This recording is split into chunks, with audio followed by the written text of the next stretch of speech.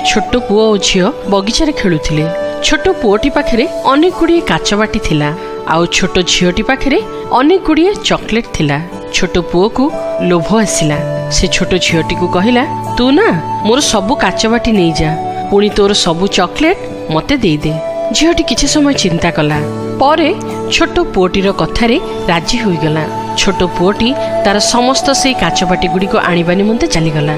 तार समस्त काचबाटी गुड़ी को आनिला, किंतु गोटिए काचबाटी जहाँ अति सुंदर और बड़ थिला ताकू से निज पाखरे रखिदेला। बाकी समस्त काचबाटी झीलटी को देदेला। ता बदल रे झीलटी तार समस्त चॉकलेट देदेला। से रातिरे झीलटी शांति रे सोई पड़िला। किंतु से रातिरे पुओटी एहा भाभी भाभी सोई पारला नहीं। से जेमिति बड़ और सुंदर काचबाटीटी ता निज पाखरे रखी देइछि, ठीक सेही भली झीलटी भी बोधे केते चॉकलेट लुचेई रखी देइथिबो।